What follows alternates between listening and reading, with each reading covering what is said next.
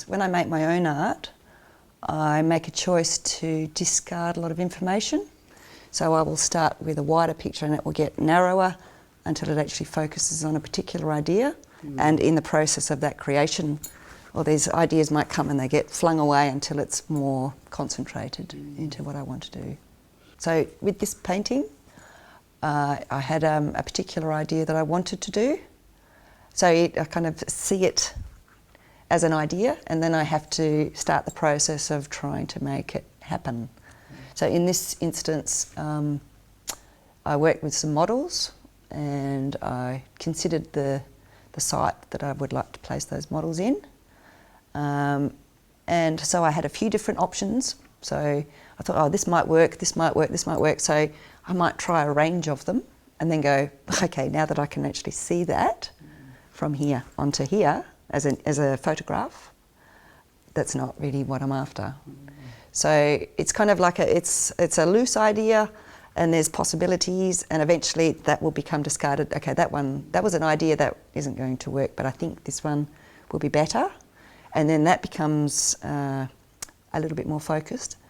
And then at the same time, once you start that process of turning the idea into an artwork, some things also still something comes in, something goes out. It's not like it's completely finished in your head. There's still a sense of openness for change in the process. So even though the idea is fairly strong, it's not completely finished or completely succinct, and it still evolves with time. Yeah. I wanted to give it a contemporary context, and as an artist I work a lot with the female form, I work a lot with the domestic environments.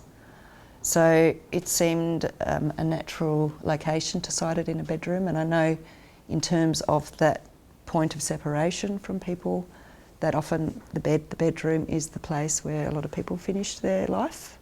So that seemed definitely the most natural location. And I've often worked a lot with fabric as being almost like the shell of our bodies, even though we have a skin that covers our body. In actual fact, our clothing or the fabric that we enclose our bodies in, I think is an extension of our own body. And so that, again, it became kind of like the bed sheets could become a shroud. The fabric fits the form of the body. It becomes, in a way, a little bit more, gives other people more scope for interpretation.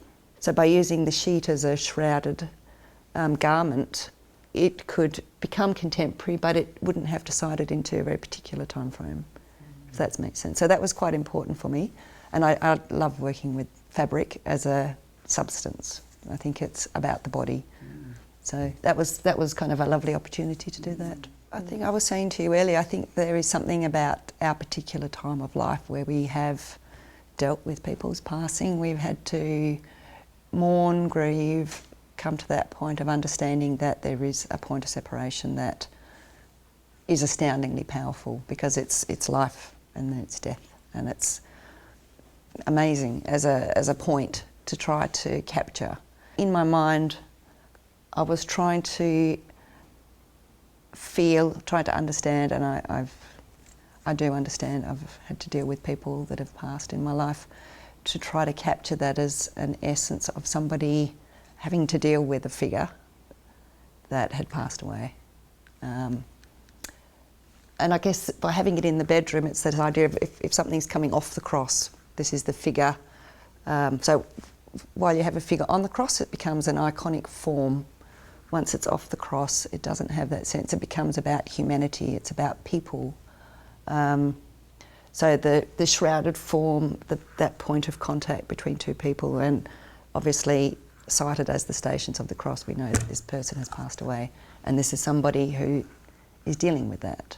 So that's, in my mind, I was kind of remembering different points with other people that I've let go, and trying to get that across to maybe somebody that would be viewing the work, to, if they didn't have that experience, then to maybe feel it somehow with what I was doing. I feel like I have an understanding of that point when people have, when it's, I've let my grandmother go, my father go, a very good friend I went to university, my stepfather, just in the last seven years, those people, and then in the past there've been other people. But for myself as an artist, I find that a really fascinating moment. Like, I know it's a kind of a taboo area in terms of our culture and in terms of investigation, and obviously it's something you can't really investigate as an artist. But I think if you know that sense of somebody passing that you've loved, then you can feel it. And I think it was not that you spend that whole moment that you're painting, or the whole time that you're painting, mourning that person or thinking about that person. It's more that there is a sense of understanding of what that sense of loss feels like. So that just from the skills that you have and what you can do, that was kind of what I was trying to think about. Except I didn't want it to be a heavy moment, because I don't think it's a heavy moment. I think it's just part of life. It's just a point, which is another reason why the figures were shrouded, because I don't think you can portray in a portrait singularly what that would feel for people. I think it's a feeling we have and we understand, but I think different people deal with it differently. So by shrouding these figures, it makes it more enigmatic for people to interpret their own sense of what that would be like. So there's kind of room for other people's interpretations, because you haven't closed it down too much, if that makes sense.